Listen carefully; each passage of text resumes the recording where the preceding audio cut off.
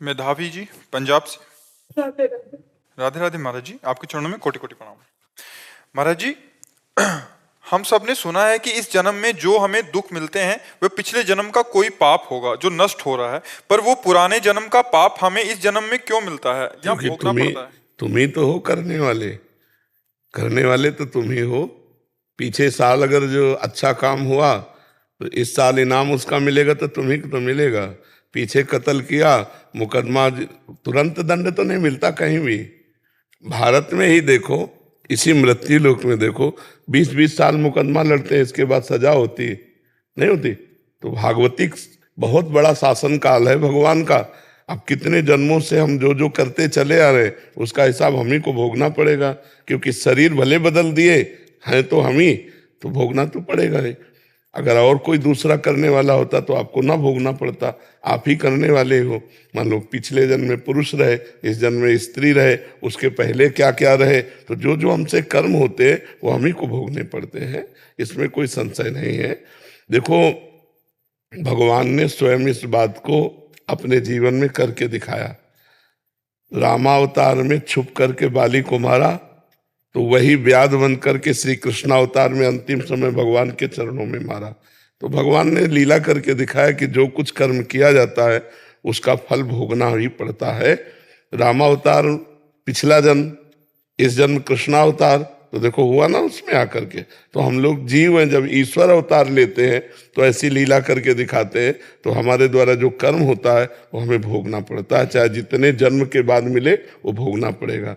जैसे भीष्म पितामह जब बाण सैया पे पड़े थे तो भगवान से कहा हमें बहुत कष्ट है, बहुत पीड़ा है। एक कांटा लगे तो कितना कष्ट होता है, फिर बाणों की सैया में। हम 100 जन्म तक देखते हैं कोई पाप नहीं हुआ ऐसा। तो भगवान ने कहा और आगे देखो, मतलब हमारे हजारों जन्मों का हिसाब किताब है जो हमको भोगना पड़ता है। और अवश्य में भोक्तव्यम कृतम कर्म शुभाशुभम, गीता में भगवान ने कहा है। वो उसी जन्म में क्यों नहीं मिलता? उचित तो यही है, लेकिन अब कानून है सरकार का, बहुत बड़ी सरकार है, तो उसका हिसाब किताब चलते चलते कई महीना कई वर्ष व्यतीत हो जाता है। यहाँ भारतीय सरकार का और भागवतिक सरकार के तो अनंत ब्रह्मांडों का हिसाब है, तो जन्म के जन्म व्यतीत हो जाते हैं। तुरंत अगर मिल जाता तो और बढ़िया रहता। तो फिर जो कष्ट आते हैं वो मतलब सहे कैसे? मतलब पूरे परिवार को वो सहना पड़ता है। हाँ सर, तो वो पूरा संयोग होता है।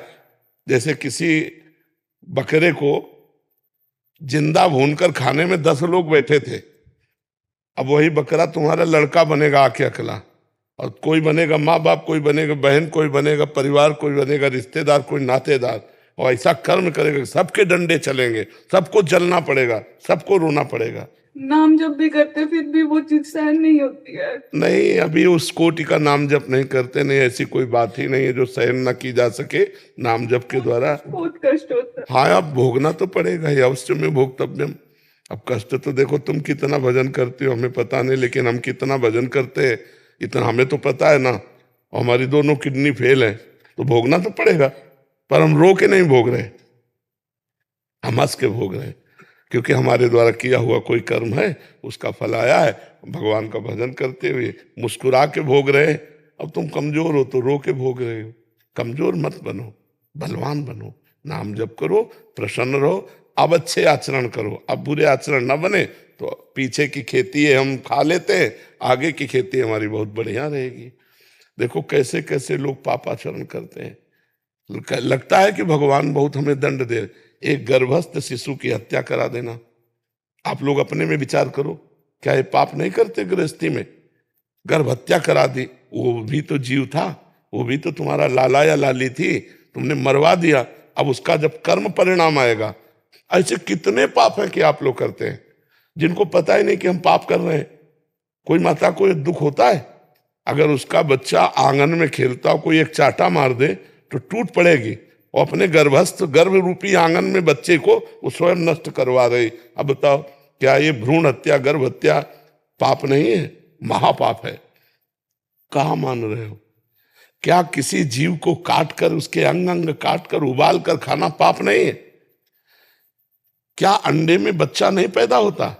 ये खा रहे हैं, वो खा रहे हैं, बनवा तो ये सबका पाप का जो परिणाम आएगा तो रोना तो पड़ेगा ही, भोगना तो पड़ेगा। फिर गाली दो नहीं, उसका हिसाब राई पाई बिल्कुल बराबर होता है जी।